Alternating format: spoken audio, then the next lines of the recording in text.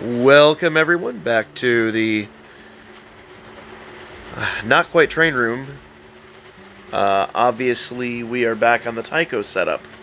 There's a very good reason for that. Two very good reasons, in fact. Number one, as you guys have seen in the reveal video for the train room, well, there was a bit of a leak, and 3 visits from the plumber later, as tough as it is to admit, it still is not fixed. So, I've got some work ahead of me on that one, apparently. That's going to be its own interesting debacle. But there's still a lot to do on this Tyco setup. The other reason that we're not in there is because I'm working on lighting in there. And I'm trying to find some really good overhead LEDs that would let us do some nice slow motion shots without all the flicker and everything. And well, that's proving to be a bit of a hassle. But neither here nor there. Let's enjoy what we have. So I'm going to play trains for a little bit, and we're going to talk about this setup, because I've seen, a wide variance of comments on this. There's always the camp that's going to be leave it alone and leave it original, and as I've already told you guys, I am absolutely going to ruin this whole setup. I think it's really cool, and I think it's really unique.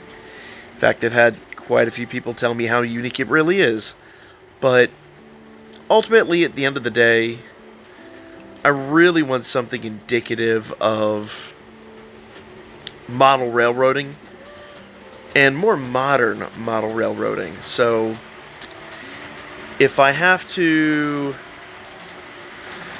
I guess, paint a mustache in the Mona Lisa to make my dreams come true, then guess what? I'm just going to do it. And if my wall of weebdom back there isn't any indication, I'm just a weird individual to begin with. So, what we're going to do today is we're going to cover ballasting. We haven't really talked about the ballasting. You can see right here as we kind of go around the track. There is a good bit of ballast work on this. It's not perfect. Not by a long shot. But it definitely is getting the job done. And I'm enjoying it. And there's a bit of work to do. After ballast, I am going to work on the roadway, and I can kind of show you what I'm dealing with that before we get into the actual ballasting itself, so let's take a quick gander at that. So you'll note here my eclectic collection of Hot Wheels cars. Not everything on the setup will be a Ferrari 250 GTO, but there will be at least one, because I think they're cool as hell. They're really just here for scale, and yes, I am aware that those are 1/64th scale, and my train is 1/87th. Every part of me understands that. But I'll be honest, every part of me also looks at the cost of 1/87th scale, 1/87th scale being HO scale, 1/87th scale automobiles, and looking at the $10 price tag versus the $1 price tag and going, yeah, I'll make some concessions. Plus, as I've already stated, when we go into the other setup, the bigger setup that we're going to be building, that is going to have an HO slot car track, and HO slot cars, well, they ain't really 1/87th either. So, if we kind of put them side by side here, you'll note it's it's about the same for a slot car. So I really kind of want to, I hate to say it, but for the automobiles, we are going to be kind of conforming to HO slot car, which means basically all of our automobiles on the track can be Hot Wheels cars, which I like because that makes, well, the build a little bit cheaper in every sense of the word. But here's the deal. You'll notice here that when I put one car on here, in fact, I'll grab the old Penguin truck here. Yes, this is from the proper Batman. Those of you watching the new Batman, you have no idea how hard it can be to get rid of a bomb. We're going to put the old Penguin van here, and you'll notice that there's very little overlap. If I go to try to, pass with my Ferrari, we're going to have a very bad day. And, James Dean here is, well, he's not having a very good time trying to pass the van. So Also note, we got some guardrails and stuff here. So what I'm going to do is I got some grout, and I've been told that this is a really, almost prototypical, I would say, setup in that it emulates asphalt really, really well. So I've got some gray grout. We're going to start doing some test runs of that here in the next video, and as you can see, I've got, you know, nice little lip here. The grout will basically build up and almost build just kind of the indicative little hump going up to the railroad tracks, and then I'll just have to lay some popsicle sticks or something on the inside to keep the, probably something even thinner than that. Maybe I'll just have to do something with maybe some fishing wire or something. But either way, we're just going to have to make the inner channels for the rails. But other than that, you know, the big problem is over here, I need to extend this out. So I'm going to, knock around my little car here. So I'm going to have to build it out probably to about there, about the width of a Hot Wheels car. And so we're going to have to build up some plaster. I'm probably going to start off with some cork, lay the grout over top of that, lay it out here, plaster it all in. I do need to make it light enough so that it doesn't actually weigh this down, because as you can see, this is literally just, you know, very flexible hollow plastic. And if we do too much, we could actually permanently damage this fixture. So I may also have to do some reinforcement underneath the structure here, but it's all things in consideration. Ooh. He's not blasting his horn. I don't think this is a no horn zone. Well, we're going to have to call Union Pacific and have a discussion with them about that. Now over here you'll begin to note some of the other issues. There was a bad dip right here, and to fill this in, my fingers need to run over here any second, but to fill this in, basically we have the original cork road bed, and I had to put some of my foam road bed underneath it, and it's actually evened it out really nicely. Even if that one car is wobbling pretty good. I probably just need to replace the trucks on that. I have dabbled in some sprung trucks, and they've worked really, really well on one of my cars. I'll showcase that here in a few moments. But it's done pretty well. I heard some horror stories, but thus far I've been very, very, very happy. So I'm going to start replacing some of the trucks around here with sprung trucks. And I've already started replacing a lot of the plastic wheels with metal wheels, so that's fun. But more back to it. This is nice and even. It's actually flat. You can put a level on this. It works perfectly. The only downside is this is a hell. I mean, it's literally twice as deep as anywhere else on the track. So building that one up is going to be interesting. But we're gonna, like I said, we're gonna start that on the next video just so you guys kind of understand basically where our next steps are. Now, if you look right about here, you'll notice that the road just kind of dead ends into a cliff wall. And while I do want this to kind of work with our other track, and I do want it to be, you know, somewhat believable, that does mean I'm going to have to deface this. So, Tyco purists, my apologies, but we are going to put a tunnel on this. I'm going to build a wall out a little bit. We're going to take probably an old railroad tunnel, chop it down a little bit, and then obviously I'm gonna have to light it. So we're gonna have to make this look as realistic as possible. But I'm not gonna go too crazy. I don't want it to just look like, you know, Wile E. Coyote came along and painted some black paint on the side of a wall. I actually want this to like recess a bit. We can have cars in there, and we can actually light it with some LEDs, and it'll look really, really, really cool. You'll also note that I do have a diner over here, permanently affixed, clearly. This was just a test bed, but I really think I'm going to put a diner or something right here, and I've got a really good idea of something that would be fun right there. I don't think this is going to be the final apparatus. It doesn't really fit. It looks kind of weird. So I have a pretty good idea of a railroad-themed restaurant that we could put there, or maybe even a church or something that would just be a lot of fun. And if I can kind of pan over here,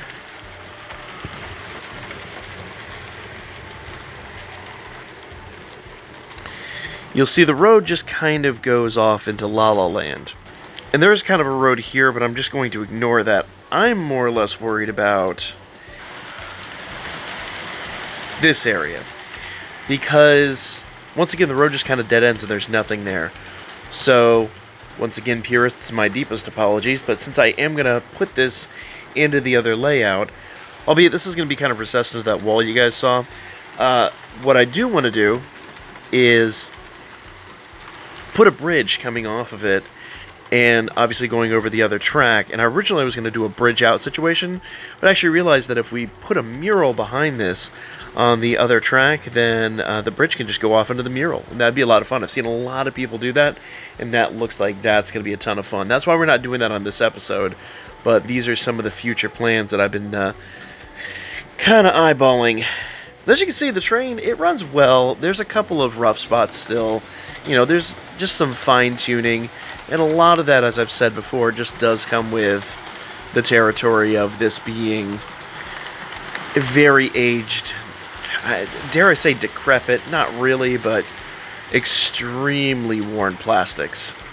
So, yeah, this is definitely seen some days. As we kind of come up the hill here, it is a steep grade, and she slows down pretty good right there. But then begins to pick up speed pretty quickly. Now she's running, I want to say, a dozen cars right now. 10 cars. So I'm running 10 cars at the moment. And we're on DC. We're not on DCC. I do plan to convert to DCC, but that is a ways down the road still.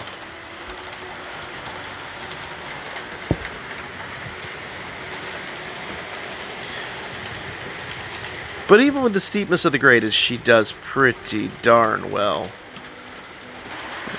So if we kind of move over here, you'll see that once the train is gone, the ballast is pretty well done down here. It is not the greatest ballast work, I will admit, but it gets the job done, and I've learned a lot along the way.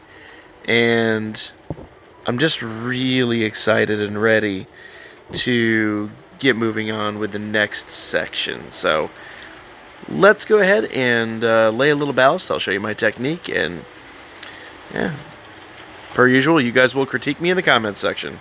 So I suppose first we should discuss our tools, and I am starting off with Woodland Scenic's medium ballast. I do like the medium. I think it looks a little more prototypical, though I have been informed that probably should mix a little bit of fine in here, and I'm going to be doing that with the next batch. But for now, the medium's what I've done on this section, so I'm going to continue.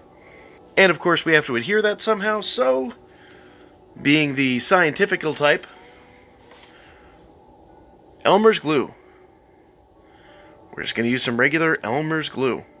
So we have to mix our glue, so we're going to go ahead and pour about that much glue in here, and then we're going to double it up with some water. Mix it all up, and then we get our slurry. So, got my glue. I'm going to go put some water in this. I'm literally just going to do 50-50 water and glue, and then we're going to put it into an old Elmer's glue container, and yeah, that's how we're going to dispense it. Easy stuff. So I've got some water in there, and literally we're just going to stir it up until it's nicely mixed. It honestly doesn't take that long, but doing it under a camera, not quite indicative to getting a nice, good mixture. So I'm going to do a little bit of this off camera, and come back and pour it in a... I'm definitely not going to pour it over top of my workspace here, so I'm going to pour it in the sink, but I'm going to just pour it into an old Elmer's glue container, and that's going to be our dispenser. And just as proof, I wasn't joking at all. I literally just pour it all right back in here. This is a 50-50 mix of water and glue, and I did mix it outside the container as you saw. I don't recommend mixing it in here. You want to make sure you get a really, really, really good mix, because they can separate a little bit, and you really want good adhesion with this, so yeah, make sure you do this. Now, I cannot stress how vitally important this next step is. Go into your silverware drawer and find your finest silver spoon. I'm using a kinked up old sugar spoon because that's, well, a metaphor for my life. But believe me on this one, you're trying to build a nice, professional, beautiful layout. The finer your spoon, the better your results are going to be. And gentlemen, trust me on this one, when you wake up the next morning, owning only about half of the stuff that you did the day prior, remember, I'm the one who relieved half of your burdens. For more life hacks, subscribe to this channel. So for this step, all we're going to do is just take an old scoop of rocks and slowly, carefully, methodically spill them upon your tracks. I am making a heck of a mess out of it because I'm looking into the camera and not onto the layout. So let's try that again. Spoonful of rocks helps the railroad tracks stay in place. Is that how the song goes? Pretty sure it is. There we go. Now I do want it down in the ties quite a bit, but you'll see that there's a lot of just mess up in here, and that's kind of by design. We're going to do a little bit more. For any of you youngins watching this at home, if you want to try this out, make sure you do it on the family carpet, rug, wherever, because that is the hardest location to clean up. If you have hardwood floors, don't bother, because that's not going to make a big enough mess. Now for me, I grab my old number, whatever, brush, and just start really just dispersing. And of course it goes down the side over here and everywhere. We'll cover this side here in a moment, but for now I'm going to stick with the old faithful and do the make a mess method, as I like to call it. This side we got to do something special with. But the old make a mess method works wonders on this side. And you can already see it starting to take shape. So I'm going to just, shape it out a little bit. Now, there is a big lift over here in the track. You'll notice that it's not just the cork road bed. I have a pretty sizable uplift here, and that's because there was a dip on mine. Your ballast will not be anywhere near as deep as mine is, but I'm just going to continue working it in until it's right about the shape I'm desiring. That's pretty close. I would call that close-ish. There we go. And once I'm sated, or sufficiently fed up with the process,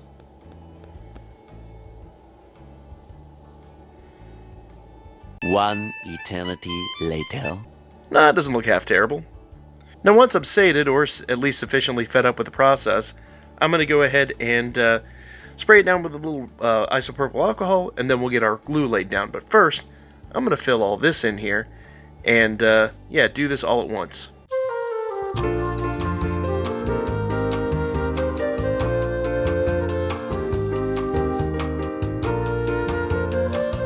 Now, by no means would I call this perfect, but it's a good working start. And the best part is, you can't really tell the transition from when this to when it's actually hardened already up there.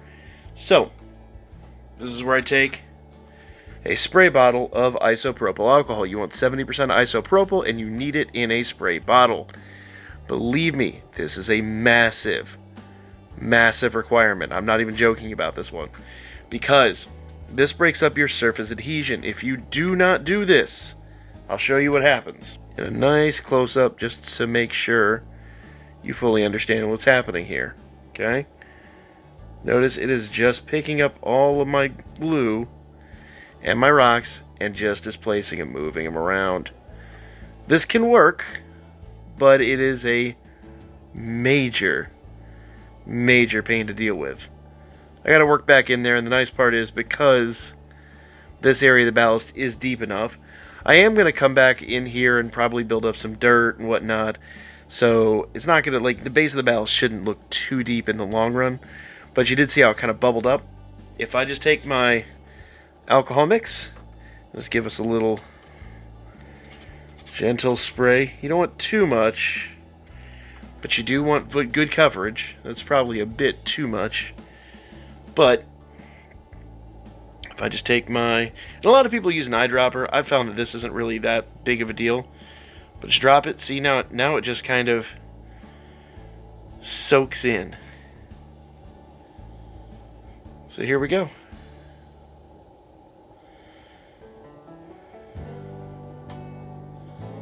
This is why I opt for this instead of the eyedropper.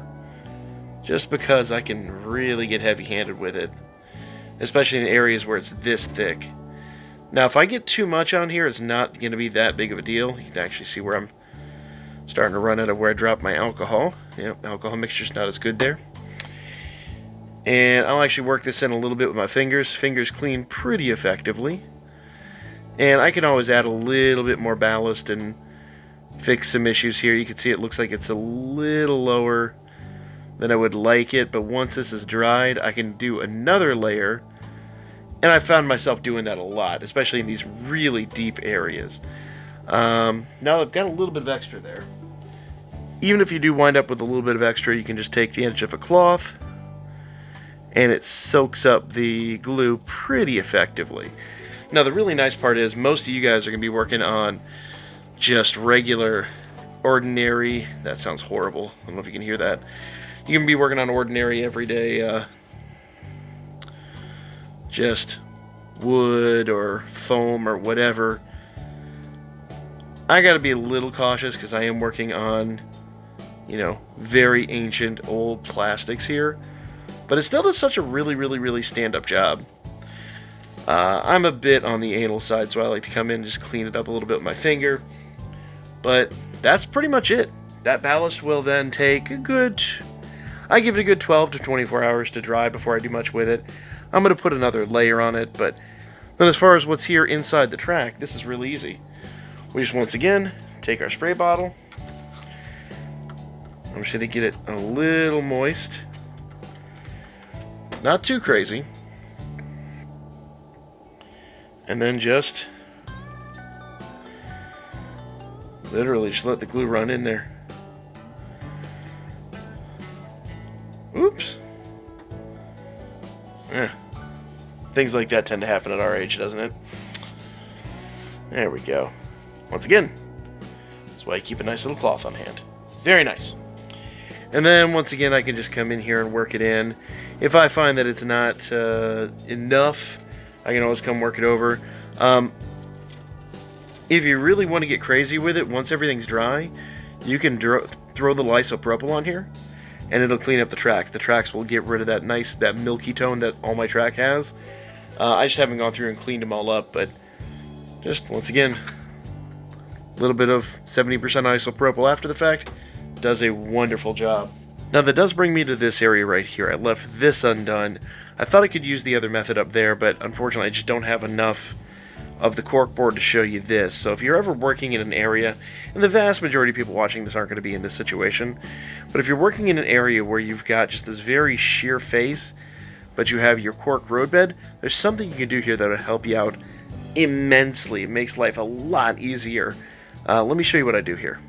There we are, we've added a little bit of illumination. You'll see that I've filled in this crack here. 99.9% of people watching this aren't going to have to deal with this, but I gotta fill that in because otherwise this will literally just fill up with rock and start spilling out here and make a mess on my floor, and I don't want to deal with that. The rest of it, I just take a piece of painter's tape.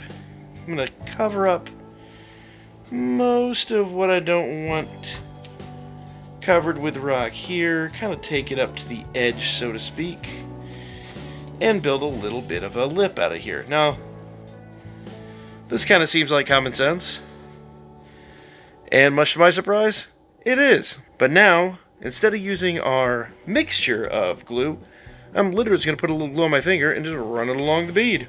So I literally just put a little bit of glue in the cap there, put it on my finger here, and I'm just going to kind of slowly, methodically work it in. You do want a decent amount of coverage on this, just because this is the part where I edited in Dwayne Johnson hanging off the edge. This part will look pretty familiar. Take your plastic spoon or fine china or whatever you want, depending upon how badly you want to tick off your significant other. And then just slowly, and once again methodically, doing this with the camera is not the greatest thing in history, but it'll do the job. And I'll just slowly just kind of work it into that area. And you'll notice that any of the excess is now being caught down here. And by all means, you will want to kind of brush this off. I would not brush any of the stuff that you have down here that's drying, because that will absolutely mess that up. But I'm going to go ahead and get it off the top here. So the ties are showing. There we go.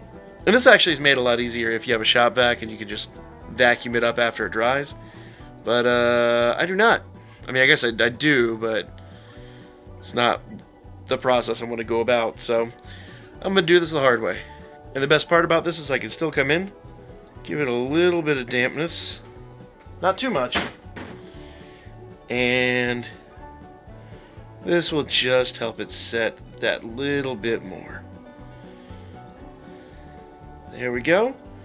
I think that is absolutely phenomenal. Now, once again, like I said, I'm going to come in and I'm going to do a little bit of cleanup here. I got to get some of this excess rock off of here.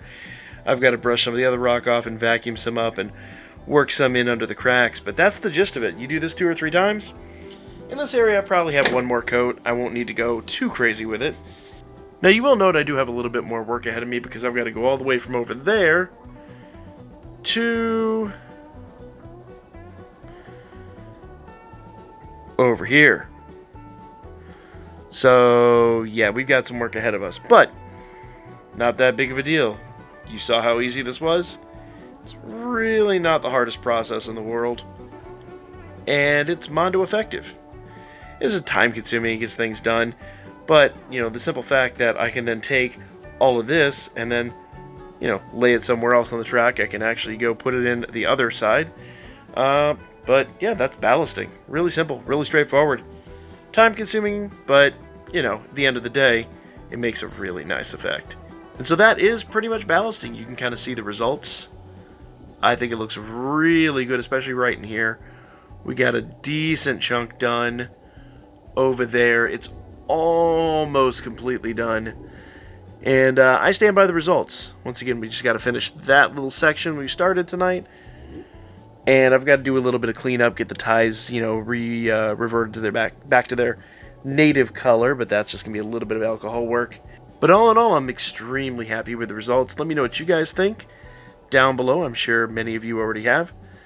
And I'm sure it's going to be divisive. Some of you guys are going to like it, some of you aren't. But for me, I'm really fond of it, and I'm enjoying it. And I'm very, very happy with what we've seen thus far. So if you guys are as well, make sure you hit that old subscribe button. If you're not, subscribe as well? Question mark? But that's going to be the video, guys. Thank you all so much. See you on the next one.